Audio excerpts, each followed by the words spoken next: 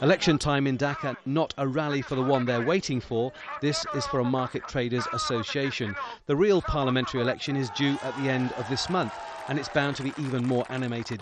This is a country where elections provoke passion and violence. There are no signs of the impending election on the streets. Strict emergency rules preventing rallies or banners are still in place for now.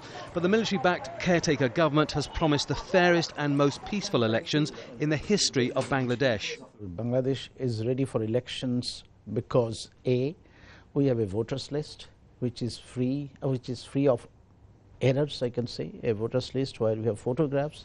So that's a precondition of a free, fair and credible election. And we have a set of amended electoral laws, rules, guidelines, codes of conduct. Politics in Bangladesh has often been a confusing business, sometimes with unclear direction and hampered by corruption and mismanagement. Some complain the election is almost 2 years too late.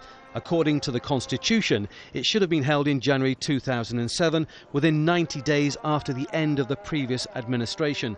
The government says the delay was necessary to introduce fairer election mechanisms. There have been some minor and cosmetic changes in the electoral rules. And accordingly, these rules also influenced some of the minor and very, very small reforms within some political parties. But the major factor is the human element. The human element would remain the same as it was before. In that context, I'm afraid we are not going to witness an election as we desired and expected from this government. The caretaker government maintains that Bangladesh has made good progress in 22 months of emergency rule, and certainly people's lives have benefited, and there are corrupt politicians and businessmen behind bars. But some argue that the systematic corruption which has strangled this country is still in place, and many of the old faces are again vying for power and position.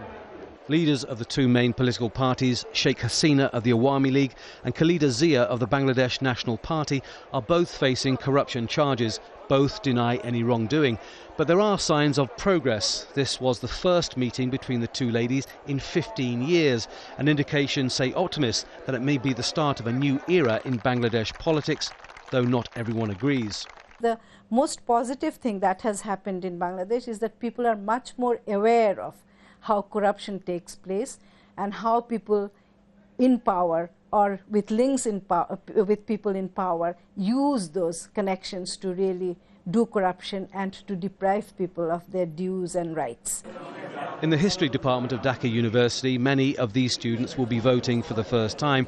They are aware of corruption and they have concerns about how this election will go. This election is not going to make a difference because some of those politicians who are charged with corruption are let out of jail free and will be nominated by their parties to contest.